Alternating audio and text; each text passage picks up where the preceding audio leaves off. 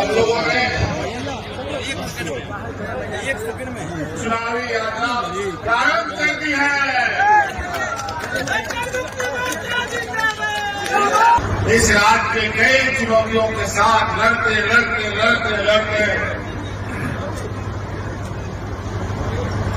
हम लोगों ने सभी चुनौतियों को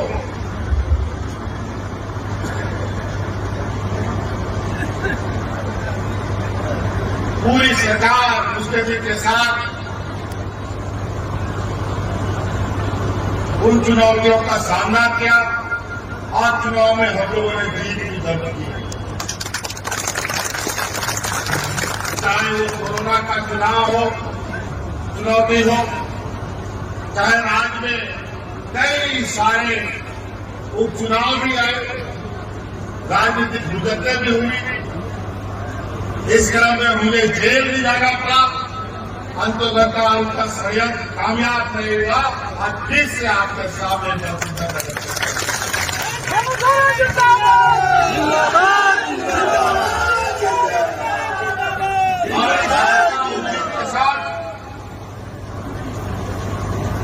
इस बंशीधर नगर का आशीर्वाद कहीं न कहीं हम सभी पर है, क्योंकि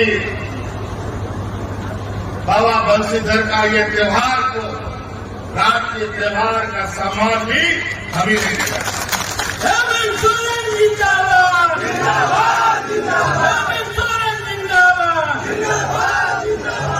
आज ये चुनाव का पहला कदम हमारा यहां से शुरू हुआ है।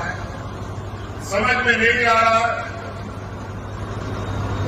कि इतनी चुनौतियों के बीच जो इस राज्य में विकास की एक लंबी लकीर खींची है, उस लकीर के बारे में मैं कहां से शुरू करूं, कहां खत्म करूं, समझ नहीं आ रहा। आज गांव देहात, महिला, पुरुष, बूढ़ा, बुजुर्ग, परिवार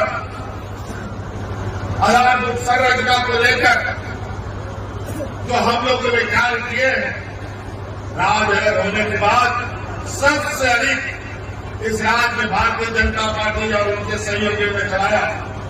लेकिन इस राज्य का क्या हालत था कि लोग हाथ में राशन कार्ड लेकर के हाथ करके मरता था। लेकिन आप वही राज अपने ताकत पर केंद्र सरकार के बिना सहयोग के हम लोग इस राज्य की जनता की सेवा में लगे हैं। आज ये लोग गरीबों के आवास के लिए हमें पैसा नहीं दिए, हम उनके सामने नाक करके रह गए, लेकिन ये लोग पैसा नहीं दिए। लेकिन हमें अपने कंधे पर इस राज्य को पक्का आवाज देने का वादा किया और 25 लाख अपना आवाज देने का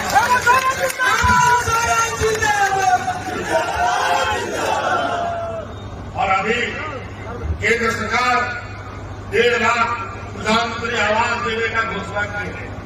मैं जानना चाहता हूं कि इन 4 सालों में इन गरीबों को आवास क्यों नहीं मिला? वो इसलिए नहीं मिला कि अगल बगल राज्यों में चुनाव हो रहा था, उस समय इस राज्य के गरीबों का आवास उन राज्यों को दे दिया गया ताकि वो चुनाव जीत सके। फलने का काम किया। हमारे गांव देहात में गरीबी की हालत क्या है, हमसे अच्छा कोई नहीं बता सकता, क्योंकि हमारी पार्टी ही गांव देहात से शुरू होती है। गांव देहात के लोगों ने ये इसको बढ़ाया। इसका दर्द हमसे ज्यादा कोई नहीं बता सकता। इसीलिए आज गांव देहात में पहले आप देखते थे कि 1-2 लोगों को वृद्धा पेंशन मिलता है, लेकिन आज दिया लगा के भी ढूंढोगे, टॉर्च लगा के भी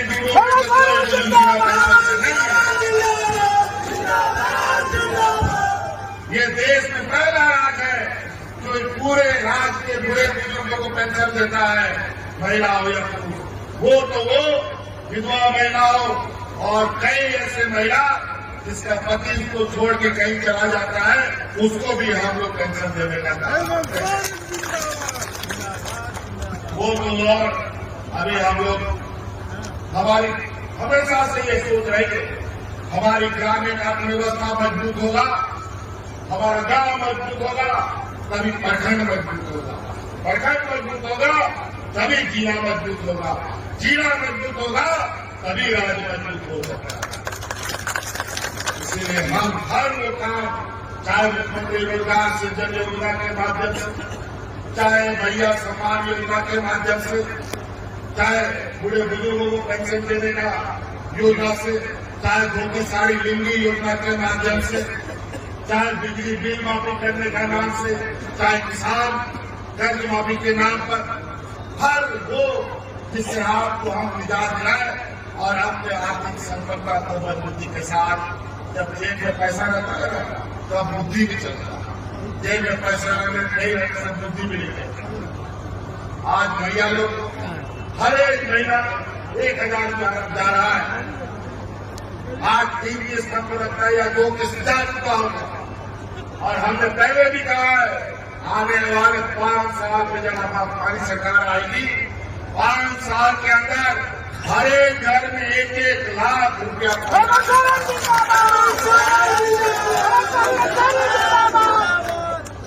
आज महिला दीदियों को आप लोग को पैसा मिल रहा है कि नहीं मिल रहा है?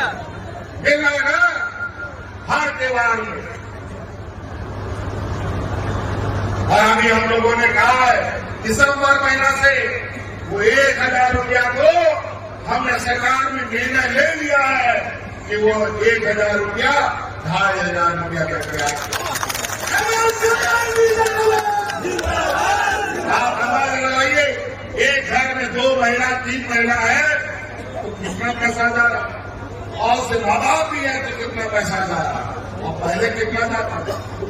और जब सरकार ने महिलाओं को 1,000 रुपया देना शुरू किया तो ये घरों की जमात जो 15 लाख रुपए सबके खाता में देने का बात करता था, 1 लाख रुपए का पूर्जा लगाना शुरू कर दिया। और उसमें भी वो पूर्जा इस राज्य के मुसलमानों के लिए नहीं, इस राज्य के मिशनरी लोगों के लिए नहीं, वो पर्चा सिर्फ आरएसएस के लोगों के लिए है। राजनीति की बड़ा भेदभाव, हिंदू मुस्लिम करके लड़ाओ, घर घर में घूस करके परिवार में विवाह कराओ, यही इनका मूल उद्देश्य। विकास के नाम पर महंगाई बढ़ा दो, सिलेंडर 1000 की 12,105, तेल नमक किताब कॉपी कलम सब महंगा। आज इसीलिए सब लड़ाई दूर करके हम लोगों ने ये संकल्प लिया है, अभी 5 साल, ये लोग तो 5 साल तक मुझे चैन से सोने नहीं दिए, और इस बार फिर भी हमने 5 साल तक इनको सत्ता से बाहर रखा। इनका बिना सत्ता का मानो ये पेड़ भाजपा का सूख रहा है, और आज दम पर फिर सत्ता में आना चाहते हैं। अभी तो टपक के इनका खून निकल रहा है, और ये भाजपा सूख रही है। 20-25 दिनों के बाद इनका खून लीडर में सूखेगा,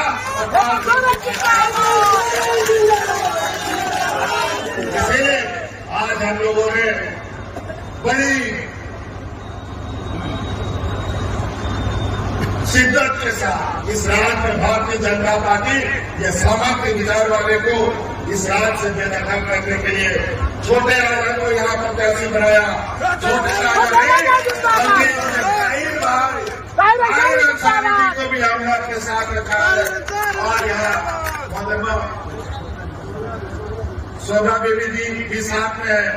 और निश्चित रूप से हमने कहा आज हम लड़ेंगे नहीं, पहले अपने घर को बचाएंगे, उसके बाद हम विचार करेंगे, हम कुर्सी में बैठेंगे कि हम खटिया में बैठेंगे कि हम जमीन में बैठेंगे, हम आपस में बैठेंगे।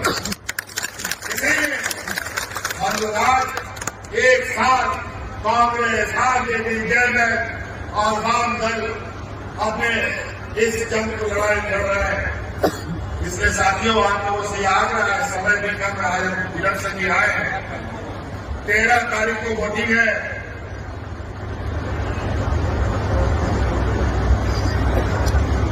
13 तारीख को वोटिंग है।